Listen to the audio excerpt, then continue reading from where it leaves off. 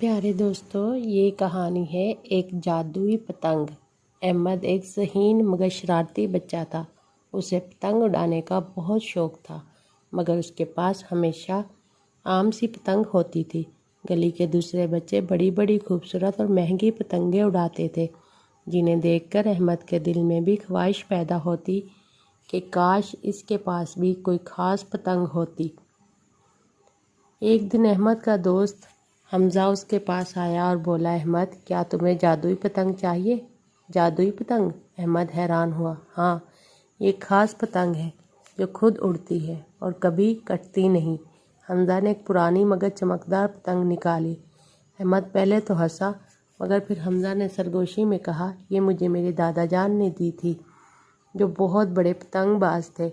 उन्होंने कहा था कि ये पतंग जिसके पास भी जाएगी उसकी किस्मत बदल जाएगी। अहमद ने पतंग को हाथ में लिया और छत पर जाकर उड़ाने लगा। जैसे ही उसने डोर खींची, पतंग तेज़ी से आसमान की तरफ उड़ गई, जैसे कोई नादीदा ताकत इसे खींच रही हो।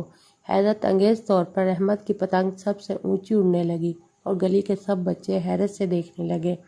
अगले दिन जब अहमद स्कूल गया तो उस्ताद ने कहा, अहमद, आज तुमने जो रियाजी का सवाल हल किया है वो सबसे बेहतरीन है। अहमद हैरान रह गया, क्योंकि वो रियाजी में इतना अच्छा नहीं था। फिर खेल के मैदान में भी वो सबसे तेज़ दौड़ा, हालांकि वो कभी ऐसा नहीं कर पाता था।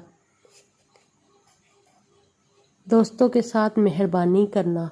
अब अहमद को लगा कि वाकई ये पतंग जादुई है, मगर वो अपनी कामयाबियों से मगरूर नहीं हुआ। उसने अपने दोस्तों की मदद करना शुरू कर दी। जो बच्चे पढ़ाई में कमज़ोर थे वो उनको समझाने लगा। जो गरीब बच्चे पतंग नहीं खरीद सकते थे उन्हें अपनी जादुई पतंग के साथ खेलने का मौका देने लगा। असल जादू क्या था? एक दिन अहमद ने अपने दादा से पूछा, दादा जान, ये पतंग वाकई जादुई है? दादा जान मुस्कुरा कर बोले, बेटा, असल जादू तुम्हारे ईमान, मेहनत और नेकी में है। जब तुमने खुद पर यकीन रखा और दूसरों की मदद करने लगे तो जादू ने खुद ब खुद काम करना शुरू कर दिया। यह सुनकर अहमद को समझ आ गया कि असल ताकत हमारे अंदर होती है, बस हमें खुद पर यकीन और अच्छे काम करने की ज़रूरत होती है। इस कहानी से हमें ये सबक हासिल होता है कि ये कहानी बच्चों को सिखाती है कि असल जादू मेहनत, नेकी और खुद एतमादी में होता है। जब हम दूसरों के लिए अच्छा करते हैं तो किस्मत खुद हमारे साथ हो जाती है।